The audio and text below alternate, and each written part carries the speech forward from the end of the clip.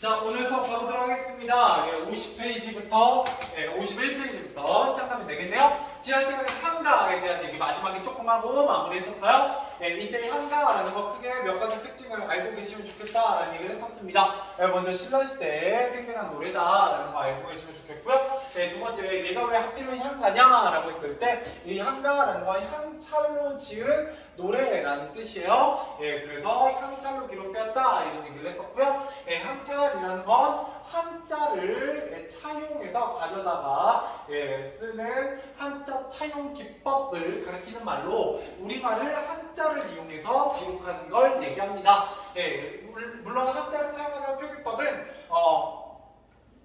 이두나 구결 같은 것도 있지만 우리 국어에서는 굉장히 중요하게 다루는 게 바로 향찰이었다 이런 얘기를 했었고요. 그러니까 한자를 가져다가 쓰는 거에서 우리가 크게 세 가지 특징을 찾아볼 수 있다라는 거예요. 향찰은 특이하게도 한자를 그냥 그대로 가져다 쓰는 게 아니라 우리말 어순으로 한자를 배열해서 썼다라는 거예요. 그래서 원래 한자의 어떤 단어 순서나 문장 순서랑은 다른 특징을 가지고 있고요. 두 번째는 음독과 석독이라는 굉장히 특별한 방법을 사용했어요. 음독이라는 건 그 한자의 음을 빌려서 쓰는 걸 얘기하고요. 석독은 훈독이라고도 하는데 해석을 가져다가 쓰는 거다라는 얘기로 제가 얘기를 했었습니다. 마지막 세 번째 같은 경우는 뭐였다? 조사나 어미 같은 것들을 써놨었다라는 거예요. 향찰에서는 이런 얘기 좀 알고 계시면 좋겠고요. 그 다음에 향가의 특징에 보면 이렇게 작자증, 형식, 주제, 작품 이런 것들이 있습니다. 물론 이 외에도 좀 더 중요한 내용들도 들어가 있긴 한데 여기까지 공부할 필요 없고요. 그냥 이런 얘기가 있다 정도만 아시면 돼요. 일단 작자증입니다. 작자증은 당연히 엘리트 계층입니다. 당연히 엘리트 계층일 수밖에 없는 이유는 뭘로 기록되어 있다? 한자로 기록한 거기 때문에 한자 아는 계층만 향차를 쓸 수 있죠. 향가를 지을 수 있죠. 근데 이때 신라시대 엘리트 계층은 크게 승려와 화랑 등이 존재하고 있습니다. 참고로 여러분들 승려는 보통 육두품 이상이에요. 거의 대부분. 물론 아닌 사람도 있었지만 특히 여러분들이 승려어로 알고 있는 뭐 원효대사 이런 분들도 육두품이었고요. 제가 알기로는 뭐 진골까지는 아니었던 걸로 알고 있고 그 다음에 누가 있냐고 확실하게 설총이라는 인물이 있거든요. 혹시 들어본 적 있어요? 이건 안 써도 돼요. 설총 배경 지식이기 때문에 설총이라는 인물이 등장하는데요. 설총은 국어책에 더 많이 나옵니다. 역사책보다는 뭐를 쓴 사람이냐면 화한계라는 작품을 써요. 언제 시대 때 사람이냐면 신문왕 때의 사람입니다. 신문왕은 누구예요? 신라시대 왕이겠죠. 그렇죠? 문무왕의 아들이고요. 문무왕의 업적이 뭐예요? 다 까먹었죠? 너네 배우지 않나? 3학년 1학기 때 배운 거 아니야? 문무왕이 최초로 삼국을 통일한 왕이라고 얘기를 합니다. 신문왕은 그 문무왕의 아들로서 통일신라시대 가장 강력한 왕권을 구축했던 왕이다. 뭐 이렇게 얘기를 해요. 근데 이 신문왕이 한테 설중이 뭐라고 하냐면 야, 너 정치 똑바로 해 라고 얘기합니다.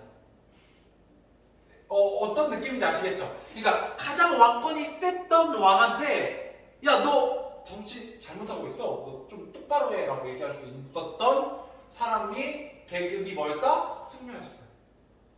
왜 그러냐면 이 설총은 왕족이었거든요. 왕족이에요. 신문왕이 4촌 정도 됩니다. 6촌인가 4촌인가 그런 걸로 알고 있어요. 그러니까 신문왕이 듣고 기분이 안 좋았겠죠. 자기한테 뭐라고 하는 게 기분이 좋았을 리는 없잖아요.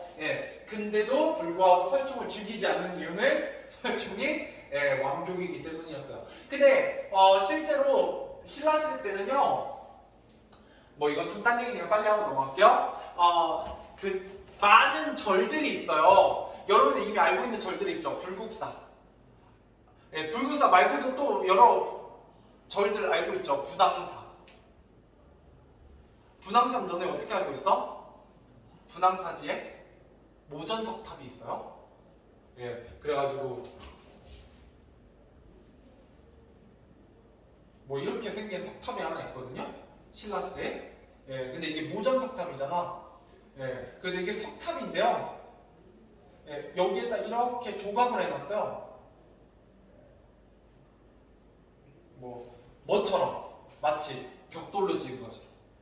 그래서 모전이라는 건 이때 전자가 벽돌 전자고요. 예, 모자가 모방한 거예요. 그러니까 실제로 석탑인데 마치 벽돌로 지은 것처럼 조각을 해놓은 석탑이 있습니다. 굉장히 유명한 석탑이고요. 신라시대 하면 빠지지 않아요.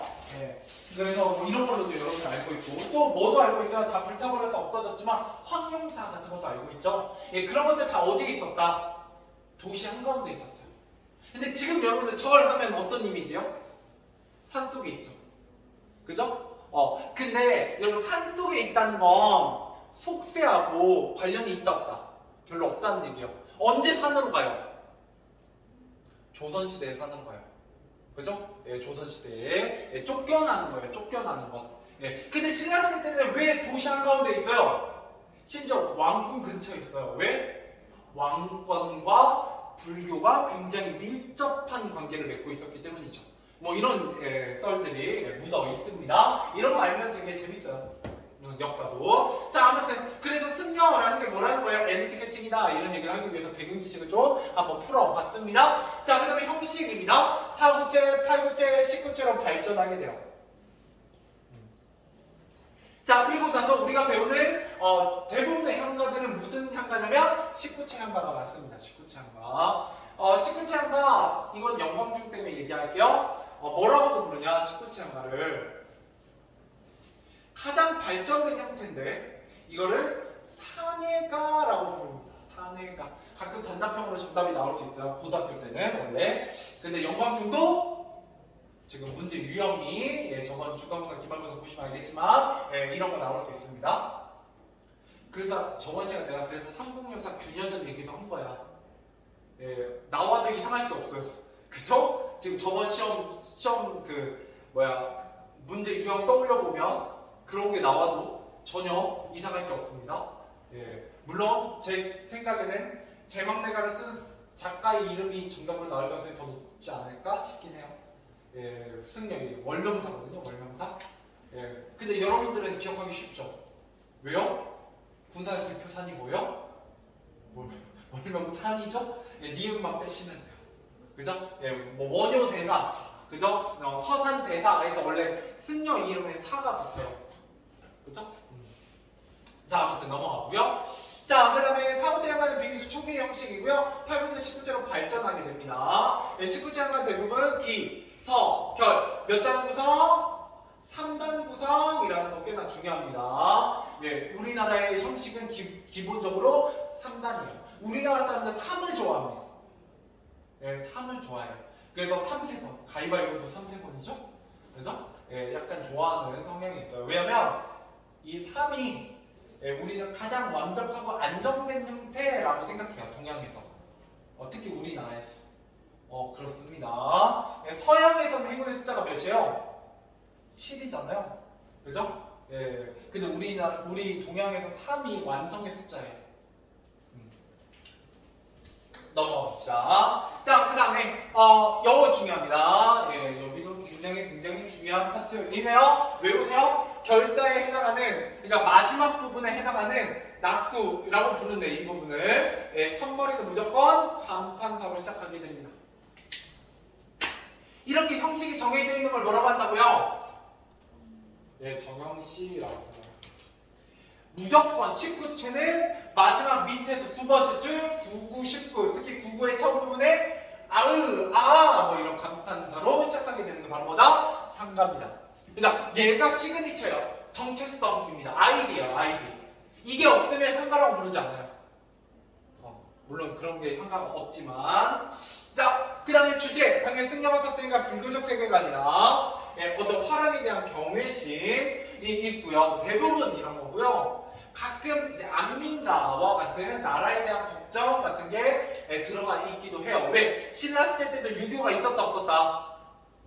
있긴 했어요. 예, 유교가 있긴 했습니다. 예, 그렇기 때문에 순관 이상 추구 뭐 이런 것들이 들어가 있는 작품도 있긴 하지만 우린 안 배울 거니까 넘어가도록 하고요. 예, 우리 뭐 배울 거다? 제망매가 배울 겁니다. 제망매가에 대한 제목 어차피 이 다음 페이지에서 할 거니까 좀 이따 하도록 하고요. 자, 그 다음에 우리가 또 뭐도 배울 거냐면 고전소설 같은 것도 다뤄보게 될 겁니다. 자, 고전소설이라는 건 19세기 이전에 창작된 작품을 얘기합니다. 보통 언제라고 얘기를 하냐면 우리나라 봉건 질서가 무너지는 가장 큰 사건이 뭐예요?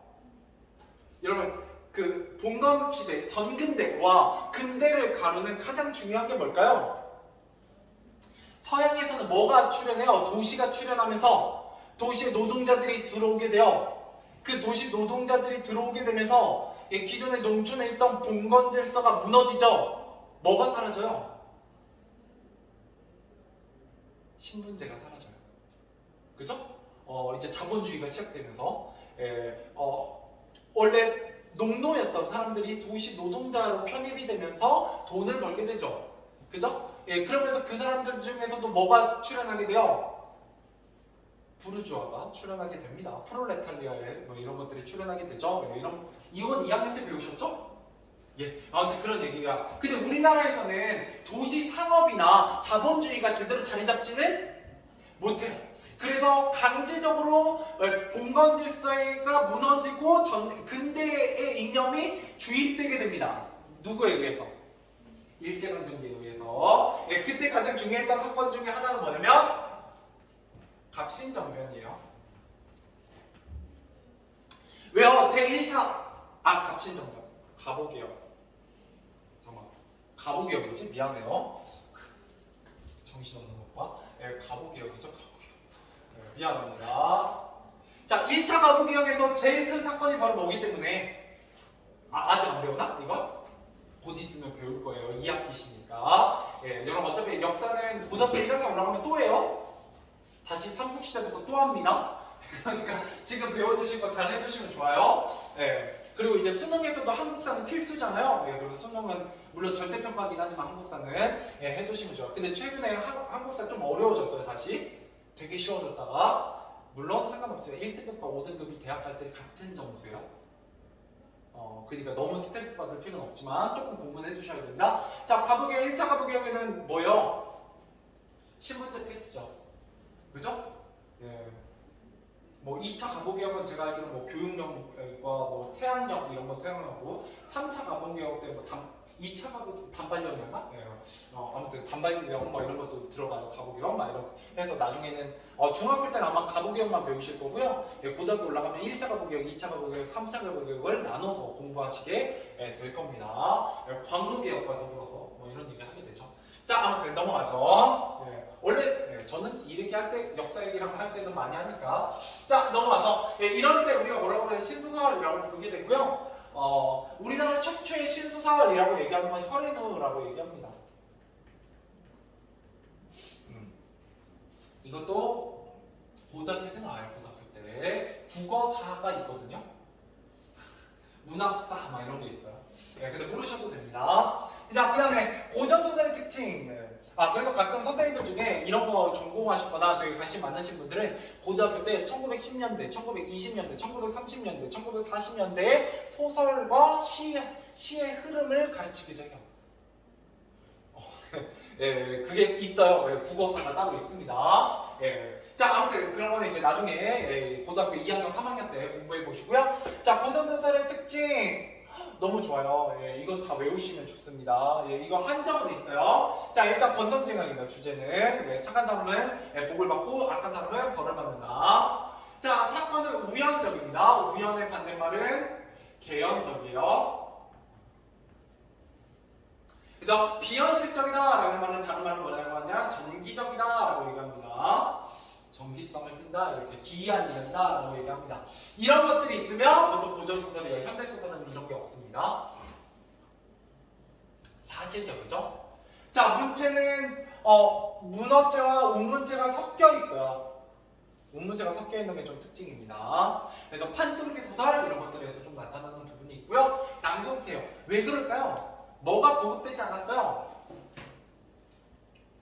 책이 보급되지 않아요. 그죠? 예, 우리나라는 책이 되게 나중에 보급되죠. 예, 근데 이제 서양 같은 경우는 이제 워낙 구텐베르크의 인쇄혁명이 큰 영향을 끼치기 때문에 책이 많이 보급되지만 우리나라는 그렇지 않거든요. 그럼 이야기를 어떻게 전해요? 그렇죠. 말로 전해야죠. 이야기꾼이 와가지고 그날 막 장날 같을 때 와가지고 막 사람들 모아놓고 이야기하는 거죠. 막 이야기하다가 재밌는 부분에 뭐 하는 거예요? 딱 멈추고 수금 시간을 갖죠. 예. 그래서 재밌는 부분은 자꾸 이야기가 늘어나게 되고요. 예, 막 클라이막스가 막 가게 되는 거예요. 예. 그래서 재밌는 이야기는 계속 전해져서 지금까지 여러분들이 배우게 되시는 거고요. 예를 들어 춘향전, 심청전, 뭐 수군가 뭐 이런 것들 되는 거죠. 별주부전 뭐 이런 것들. 자, 그 다음에 배경은 막연하고 비현실적이에요. 부정확합니다. 옛날 옛적에 호랑이가 담배 피던 시절에 이렇게 얘기하면 고전소설이에요. 자, 그 다음에 구성에는 일대기적 구성이다 라고 되어 있는데요. 보통 순행적 구성, 시간의 흐름에 따라 구성된다 이렇게 보시면 되겠고요.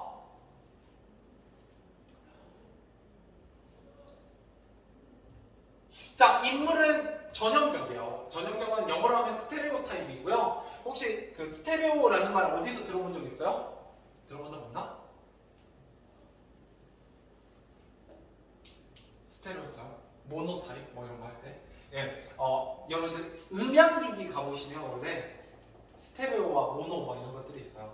예, 그래서 모노 같은 게 이제 한 1채널 이고요. 스테레오가 아마 입체 이렇게 얘기할 거예요. 그래서 전형적이다라는 건 모노 타입에 가깝네요. 그래서 전형적인 편견적인 인물이에요. 그러니까 여러분들이 미국 영화에서 동양인이 등장하면 직업이 뭐게요?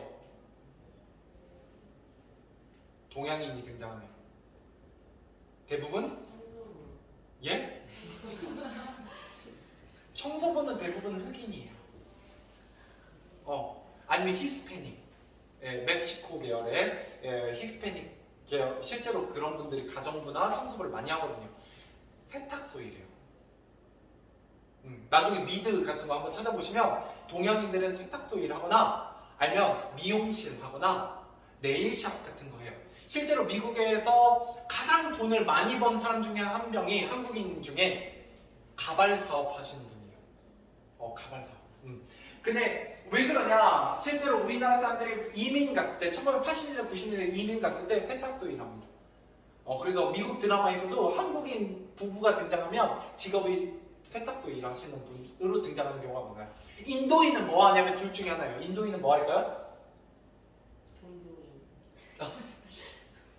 명상. 그렇게도 등장하기도 하는데요. 대부분 택시 드라이버 이거나 아니면 똑똑하게 나오면 IT 업계, IT 업계의 종사자로 나와요. 원래 인도 사람들이 그 공대에 되게 특화되어 있다 막 이런 얘기 하거든요. 예, 그래서 그런 게 바로 전형적인 거예요. 전형적인 거. 반대로 여러분 흑인 하면 뭐가 떠올라요? 한편으로는 그죠? 갱스터 막 이런 거 떠올리죠? 막 껄렁껄렁 걸어다니면서 마약하고 막 이런 거 떠올리잖아요. 이런 게 전형성이에요. 또 한편으로는 뭐가 많은지 알아요? 목사님이 많아요. 흑인 목사님 되게 많습니다. 그렇죠? 자, 그 의미에서 백인 하면 떠오르면 보통 두 개의 이미지예요. 백인도 안 좋은 거 해야죠. 공평하게. 백인 하나는 여러분들이 떠오르는 되게 그 말쑥한 화이트 컬러의 엘리트들이 백인이 많이 떠오르지만 또 한편으로는 텍사스 막 이런 데서 카우보이 모자 쓰고 얼굴 뻘게 가지고 총 들고 농사 짓는 무식한 그런 사람이 떠오르냐. 그런 사람이 이제 레드필 뭐 이렇게 부르기도 하는데 실제로 그런 이미지를 갖고 있기도 해요. 백인 남자들.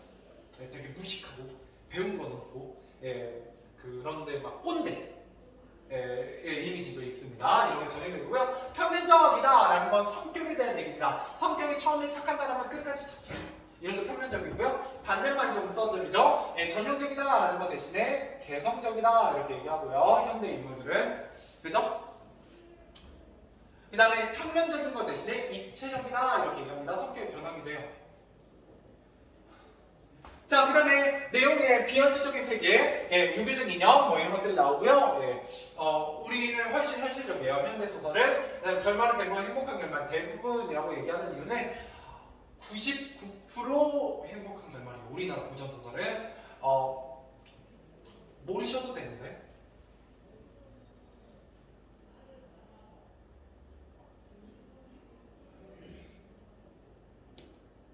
네.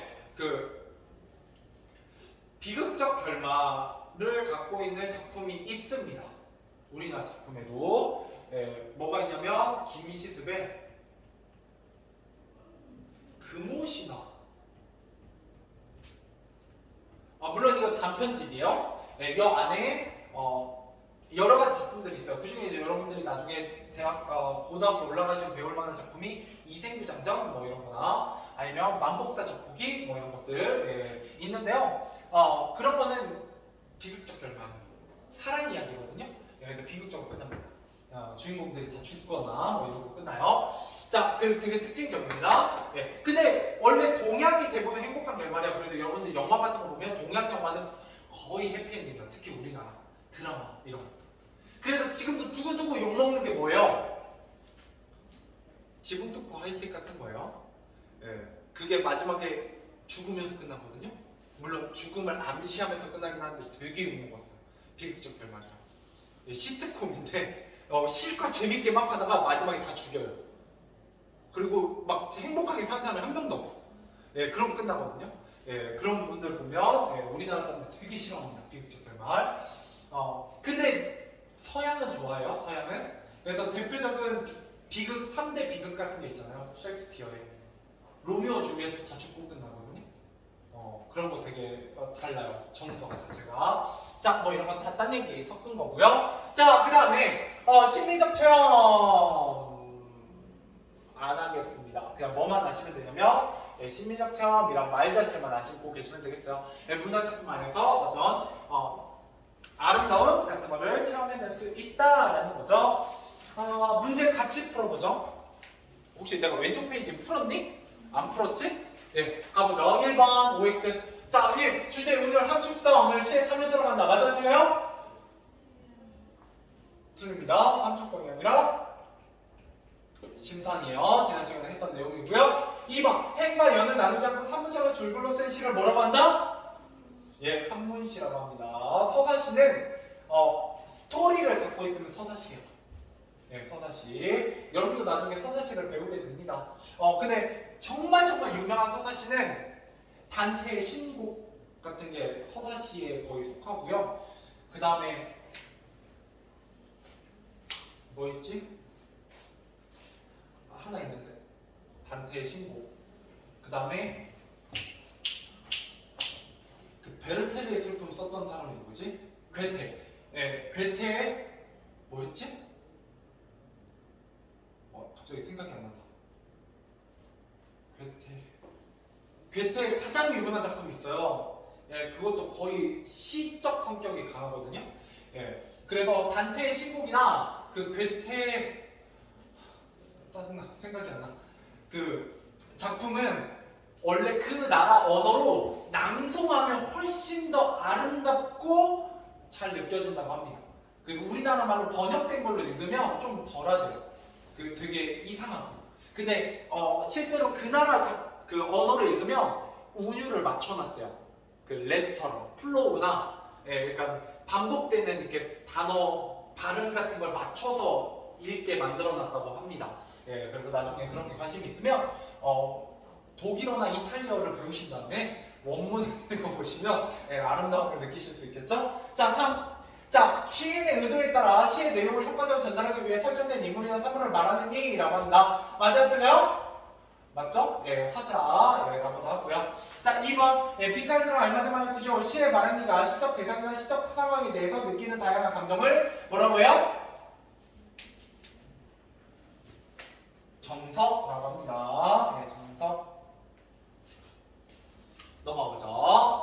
자, 3번. 보기에 시에 나타난 말하기의 태도로 알맞지 않은 것은 자, 죽는 날까지 하는 우로 한점 부끄럼 없기를 얘기하고 있어. 뭐에 대한 얘기하고 있다? 부끄럼. 이게 윤동주의 별에는 밤입니다. 자, 잎새에 있는 바람에도 나는 괴로워했다. 별을 노래하는 마음으로 모든 죽어가는 것들을 사랑해야지. 그리고 나한테 주어진 길을 걸어가야겠다. 오늘 밤에도 별이 바람에 스치운다. 그죠? 굉장히 아름다운 시고요. 뭐가 느껴져요? 고백적이죠? 나의 부끄러움을 고백하고 있어요. 일제강점기에 내가 뭔가 그런 일제에 저항하는 행동을 하지 못한 거에 대한 고백을 하고 있고요. 그러면서 반성하고 있죠. 부끄러워하니까. 그러면서도 어때요? 나한테 주어진 길을 걸어가야겠다. 이때 나한테 주어진 길은 시를 쓰는 숙명입니다. 시인으로서의 운명. 그런 거에 대한 의지 같은 게 들어가 있고요. 그죠? 그러면서 성찰 같은 게 들어가 있죠. 그래서 희망이 없어요. 여기에 딱히 희망이 보이진 않습니다. 근데 이거를 이런 식으로 해석하는 방법은요, 겨울방학에 할 거예요. 제가 겨울방학에 좀 해드릴 거거든요. 그래서 그때 이용해서 수업 들어보시면 약간 이런 중학교 수업이 아니라 고등학교 약간 수능 맛보기 수업을 여러분들이 한번 해보실 수 있으실 겁니다. 제가 그런 거 해드렸을 때 좀 반응이 괜찮았거든요.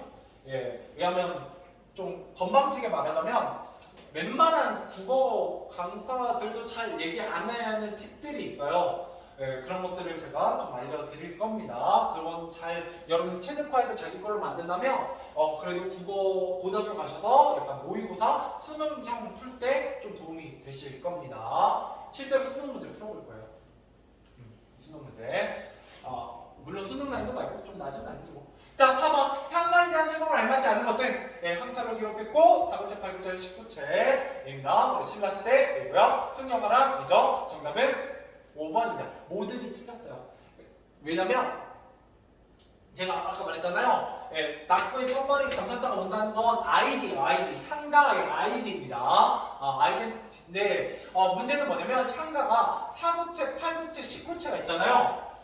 그죠? 낙구는 몇 구냐면 9에서 19를 낙구라고 부르거든요. 문제는 뭐다? 8구체와 4구체 향가는 낙구가 없어요. 존재하지 않아요. 그러니까 낙구에 감탄사를 넣고 싶어도 들어가지 않습니다. 이해되시죠? 그래서 그런 부분이 있다라는 거고요. 자, 5번 고전소설의 특징이라고 했을 때 대성적, 입체적 이런 거 딱 눈에 띄죠? 현대소설의 특징이고요. 자, 근데 6번 문화작품을 통한 심리적 체험 관련된 것은 그냥 바로 가고 넘어갑시다. 4번 문화작품을 통한 심리적 체험의 목적은 비유나 상징 같은 형식적 아름다움을 파악하는 것이다. 목적이 형식적 아름다움을 파악하는 건 아니겠죠? 내용적 아름다움도 있으니까 넘어가 보도록 하겠습니다. 자, 제막내가 조금만 하고 오늘 마무리해보자. 자, 일단 제막내가라는 작품은요, 여러분들 혹시 군고, 제1고, 영광여고, 중앙여고, 군여고를 가게 되시면 2학기에 또 나옵니다. 1학년 2학기 때. 그래서 지금 잘 배워두시면 나중에 되게 쉬워져요. 어차피 여기서 물어보고 공부했던 내용이 크게 고등학교라고 해서 더 어려워지진 않습니다. 뭐가 어려워지는 거냐면 아까 제가 앞에서 설명했던 향가의 개념이 조금 더 어려워지는 것 뿐이거든요. 실제로 내용에서는 더 어려워질 게 없어요. 알겠죠? 중학교나 고등학교나. 자, 가보자 할게요. 제목매가 먼저 제목부터 해야 됩니다. 이때 제자 혹시 한자 아시는 분은 무슨 제자라는 거 알 수 있어요?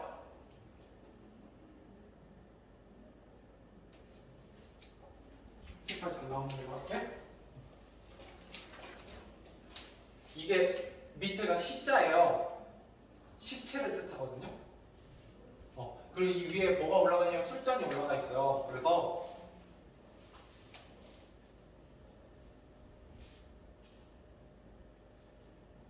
뭐예요?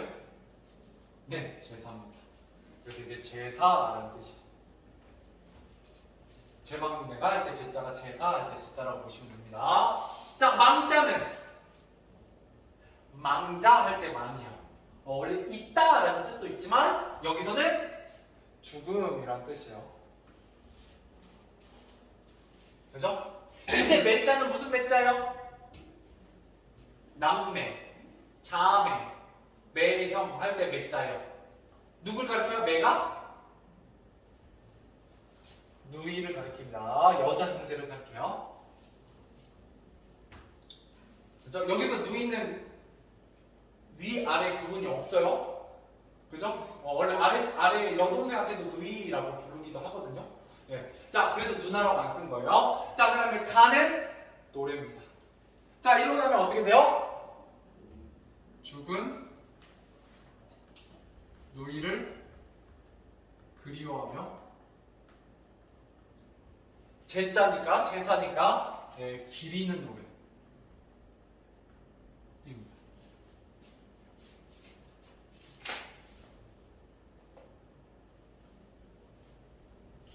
이러면 내용 다 돼요. 네, 금방 됩니다. 왜요? 여러분들 제목에서 이미 큰 맥락을 잡아버렸기 때문이죠. 네, 이렇게 하고 공부 들어가시면 좋아요. 자, 그러면 마련이가 처한 상황은 누가 죽은 거예요? 누이가 죽었어요. 네, 누이가 죽었고요. 누이의 죽음을 대하는 마련이의 태도와 정서, 이거 정말 중요합니다. 태도와 정서. 예, 조금 미리 스포해 보면 예, 이게 종교적으로 승화합니다. 왜요? 이 글의 글쓴이 누구기 때문에? 안 나오나? 아, 이거 있죠, 월명사. 네. 영광중 혹시 보니까 월명사 외우세요. 알겠죠? 자, 월명사, 그죠? 네, 승려 신라 시대, 경덕왕 시대, 네, 시대의 이름 높은 고승이자 향가 작가이다. 작품을 대박 메가와 도솔가가 있다. 도솔가도 유명해요. 자, 근데 기본적으로 뭐기 때문에 승려예요. 승려이기 때문에 이 누이의 죽음을 단순히 인간적으로만 받아들이는 게 아니라 승려로서 어떻게 한다? 종교적으로, 불교적으로 승화하게 됩니다. 극복하게 돼요. 예, 그런 태도를 보인다. 이렇게 보시면 되겠습니다. 자, 한번 가보도록 하죠. 자, 그러고 나면 여러분 이게 기본적으로 몇 줄로 이루어져 있냐면 10줄로 이루어져 있어요. 4줄, 그죠? 4줄, 그죠? 그래서 이렇게 4줄, 이렇게 4줄, 2줄. 그죠? 기서결 3단 구성으로 되어 있어요. 자, 가보도록 하죠. 자, 생사의 길은 여기에 있음에, 여기 있음에 라는 뜻이에요. 바로 여기. 이승입니다. 네, 이승에 있음에 머뭇거리고, 일단 머뭇거리다라는 건 죽음에 대한 화자의 두려움입니다. 왜? 가장 친한 혈육이었던 누이가 가까운 사람이 죽었어요, 갑자기. 그러면 문득 느끼죠. 여러분들 평소에 죽음에 대해서 생각하시나요? 물론 굉장히 약간 인프피 성향이 강하시면 그럴 수 있어요. 예, 그렇지만 대부분 평소에 죽음을 잘 생각하지 않죠. 일부러 외면하게 돼요, 사람을. 근데 갑자기 가까운 사람이 죽으면 문득 깨닫죠. 아, 죽음이라는 것이 역시 멀리 있는 게 아니라 내 주변에 있는 것이다 라면서 인간적인 두려움 느낄 수 있다는 거죠. 그런데 이 생사의 길은 여기 있음에 머뭇거린다 라는 말을 통해서 뭘 알 수 있냐, 2줄 묻고 죽고 사는 건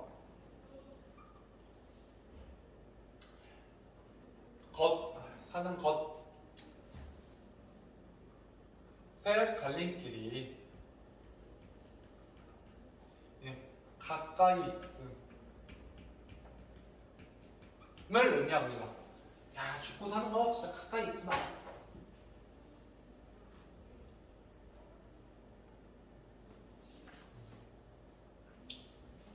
얼마 전에 무슨 영상을 봤냐면 타워 크레인이라고 아파트 지을 때 이렇게 되게 높은 크레인이 있어요. 이걸 해체하는데 이렇게 아저씨 2명이 이렇게 해체를 했어요. 그런데 여기에 이제 이렇게 생명줄을 걸어놨거든요. 여기 허리에 딱. 근데 이게 갑자기 휘청휘청 하면서 여기 있는 아저씨 1명이 떨어집니다. 근데 떨어지면 원래 어떻게 돼요? 이 생명줄이 있으니까 안 죽어야 돼요. 원래 탁 하고 걸려야 되거든요. 근데 갑자기 뚝 하고 끊어져서 20m 아래로 떨어져서 즉사하는 영상을 봤는데, 왜 그랬냐? 유통기한이 지났대요. 좀 오래된 줄을 썼다고. 근데 오래된 줄이어도 원래 이 줄이 잘 끊어지는 줄이 아니에요. 애초에 안전줄로 나온 거기 때문에. 근데 사람의 인생이라는 게 참 허무하죠. 그죠? 어떤 사람은 옛날에 그것도 본 적 있어요. 어떤 어린아이가 그 17층 막 20층인가 그런데 집에 지금은 이제 번호락이지만 옛날에는 열쇠였거든요. 근데 열쇠를 놓은 거야. 그러니까 어떻게 들어갔냐면 그 복도로 해놓고 창문으로 이렇게 해가지고 그 난간을 타고 자기 집에 원래 자주 들어갔었대요. 근데 그날따라 난간에서 가다 뭐 한 거예요? 미끄러져가지고 20층에서 떨어진 거예요. 근데 살았어요. 멀쩡하게. 어디 한 군데도 안 부러지고. 물론 되게 운이 좋았어요. 떨어지면서 난간을 한번 잡았고요. 물론 근데 이제 떨어지는 속도가 있으니까 난간을 잡아서 속도를 좀 죽이고 또 떨어지면서 나무까지 걸렸어요. 그래서 충격을 2번 하고 세 번째는 자동차에 떨어졌다면서요. 자동차 지붕에. 네, 그럼 3차로 물론 그 자동차 주인은 좀 불쌍하죠. 예, 그렇지만 사람이 안 죽었다. 예, 그래서 어떨 때는 죽고 어떨 때는 안 죽고 그저 가까이 있다라는 거죠. 자, 그러고 나서 나는 간다는 말 이거 시험에 잘 나옵니다. 나부터는 다음 시간에 여기부터 시험에 잘 나오니까 예, 고생하셨어요.